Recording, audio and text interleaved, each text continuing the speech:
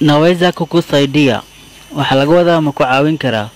Naweza kukusaidia waxaa laga wadaa ma ku caawin karaa. Naweza kukusaidia waxaa laga wadaa ma ku caawin karaa. Natafuta waxaan raadinayaa zawadi. Hadiyad ayaan raadinayaa yaa ee ah siku maalinta yaa ee ah kuzawali dhalashada.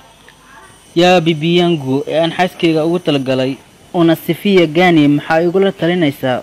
Unasifia gani maxaa igula talinaysaa. Qofti kale waxay dhahday naam hagaag onaje ka waran bal dani jijinta hili haba halkan taala ka waran bal jijinta halkan taala.